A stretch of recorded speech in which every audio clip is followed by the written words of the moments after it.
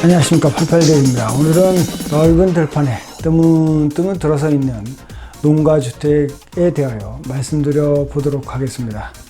저는 한국에서 근무할 당시 트랙터, 수확기, 이항기 등 농업기계를 만드는 회사에 근무하였기에 과학 영농에 관심이 많아 캐나다에 이민 와서도 넓은 들판에 작물을 영농하는 것에 관심이 많았습니다. 하지만 실제로 꿈을 실현할 기회는 없었습니다. 이민 와서 답답할 때 토론토 외곽 지역에 드라이브를 자주 즐겼는데요.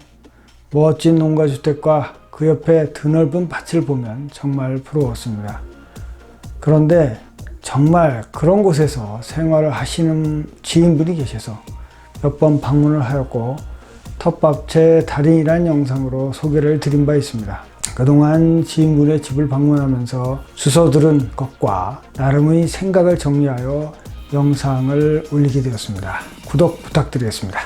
실제 다수의 교민분들이 토론토 교외 지역에 넓은 땅을 구입하셔가지고 팜을 운영하고 계신 것으로 알고 있습니다. 저도 50에이커 미만의 경작지 좀 딸린 조그만 농가를 구입할까 해서 시도를 해보려고 했지만 이민자로서 토론토에서 멀리 떨어진 곳에 외롭게 거주한다는 것이 마음에 걸렸고요. 토론토에 집 한 채 값을 줘야 사는 농가를 사서 필요할 때 팔기가 어렵다. 즉 황금성 문제에 꺼리낌이 있었고요. 농사라는 게 힘들고 남는 것이 별로 없는 일이라 어떤 작물, 동물 등 정해서 돈을 벌 수 있는 기술이나 판매 방법 등 영농에 문제가 있었습니다. 농부로 살면 재산세 처리 문제 등의 어떠한 주변 정보 부재, 그리고 아련하게 동네 텃세 문제 때문에 굉장히 어려울 것이다 라는 예상 등으로 가까이 할 수 없었습니다. 제일 큰 문제는 가족들이 시골에서 사는 것을 용인하겠다는가에 대한 것이 가장 컸습니다. 이런 문제들로 거들떠도 보지 못하고 쳐다보기만 했었는데요. 자식농사도 거의 끝나가고 자유롭게 되다 보니 전원 생활에 대한 매력에 다시 끌리는 것 같습니다. 이제는 교외 지역이 멀다고 느껴졌는데 실제 그리 먼가 하는 생각도 들고요. 농사 기술은 땅을 임대하면 당장 문제가 되는 것이 없고 실제 농사일을 좋아한다면 배우고 연구해서 나가면 되는 일이겠죠. 그리고 농부로 사는 이웃과 텃세 문제는 자세히 알아보니까 생각보다 좀 심하지 않은 것 같고요. 제 문제는 투자금이 많이 들어가는 것과 황금성인데 장기적 투자를 목적으로 멀리 보고 가면 된다는 것, 이런 결론이 도달했습니다. 요즘 토지와 주택이 있는 농가주택도 도시 집값이 오르면 같이 올라주고 있기 때문에 장기적 안목으로 투자한다면 손해볼 일은 거의 없다는 생각이 지배적입니다. 실제로 살고 있는 지인분을 보면 나름 좋은 면이 많이 보여 부럽기까지 합니다. 솔직히 팜랜드를 구입하는 진짜 이유는 머지않은 장래에 집가 상승을 기대하고 멀리 내다보는 투자를 하는 것이라고 봅니다. 따라서 개발될 만한 것을 미리 짐작해서 투자해야 하고 단기가 아닌 긴 시간을 갖고 장기 투자를 해야 한다는 것을 반드시 염두에 두어야만 하는 것이죠. 물론 농가로 지정된 랜드를 구입하려면 주의해야 할 점도 많다고 합니다. 특히 토지를 구입하실 때 주변의 개발 상황이나 자신의 재정 상태를 충분히 고려해서 신중하게 해야 한다고 합니다. 또한 구입하려는 토지의 주변에 재산권 행사에 제한이 있는지 파악을 해야 하는데 크릭이 있거나 보호 대상으로 지정된 숲이 있을 경우에는 가능하면 구입하지 않는 게 좋다고들 하네요.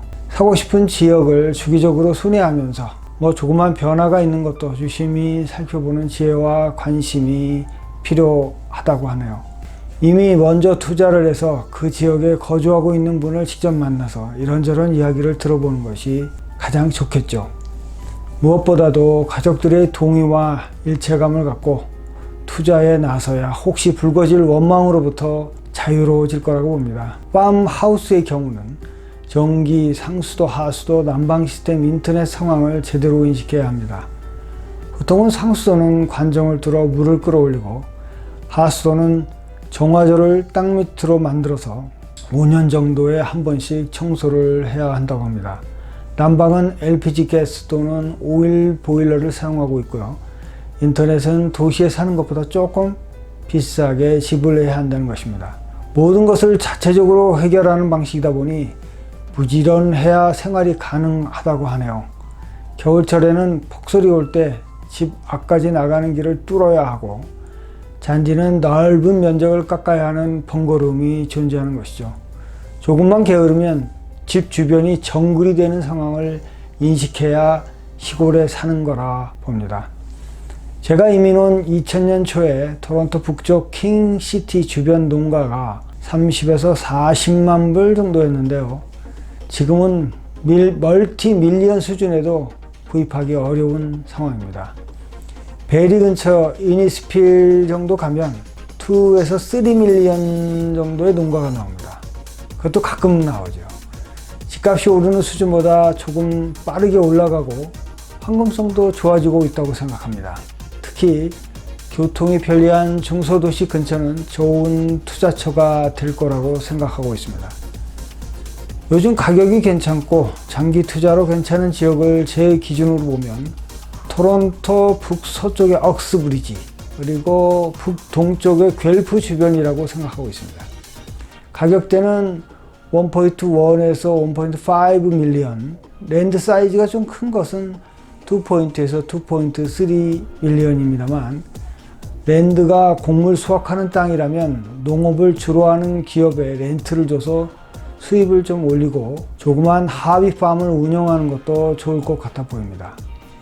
이상 농가주택을 알아보고 있는 미래 구매자로서 계략적으로 농사짓는 땅과 주택을 포함하는 토론토 교외 전원주택에 대하여 알아보았습니다.